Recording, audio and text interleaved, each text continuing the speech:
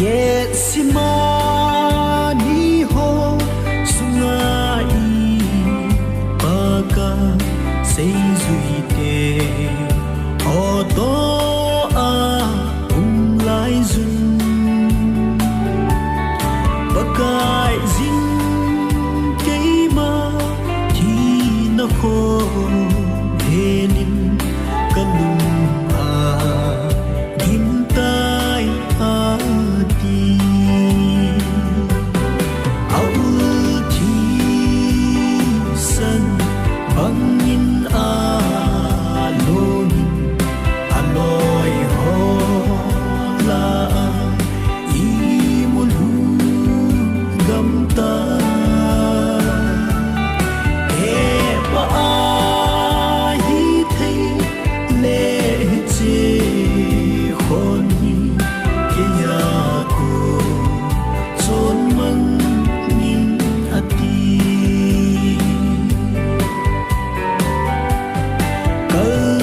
kalvari lang lu gumun a zonin athina ding thing cross put sa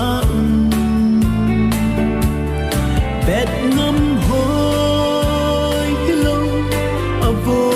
thi duk na apan pi din koi ma lo au thi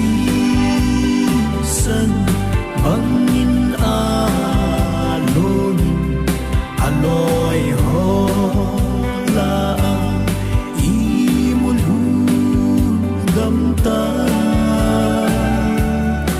e pa hi thei le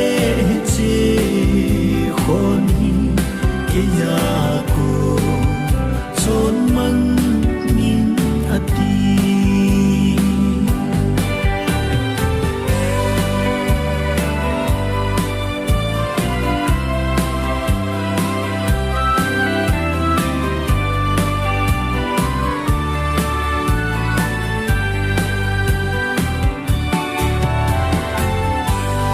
kem pulen ang sun alhula zuvin amona ding tam ta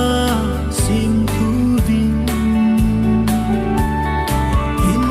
la le thu ding pa lung lam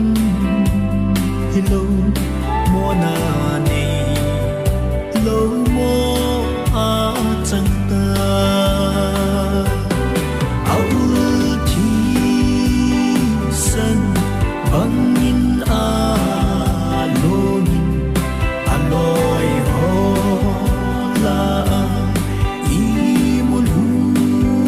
gam ta e pa hi thei le che khon hi ke ya ko chon man min ati cross sunga a pe chun pa kai jin e pa na kut na